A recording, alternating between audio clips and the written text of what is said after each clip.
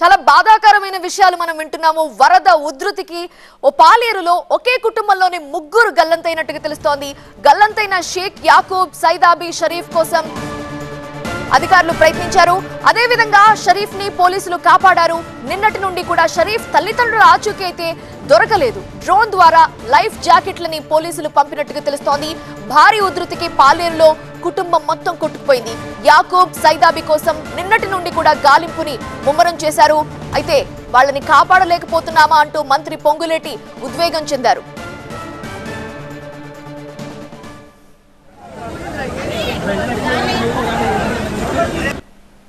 ఆ డ్రోన్ ద్వారా ఒక థ్రెడ్, ఒక 20 మీటర్స్ రోప్ ని ఏదైతే లైఫ్ జాకెట్స్ ని పంపించాం అవి కూడా వేసుకున్నారు. వేసుకున్న తర్వాత కూడా నేను వీడియో కాన్ఫరెన్స్ జరిగే ముందు కూడా వాళ్ళతో మాట్లాడాను ధైర్యంగా.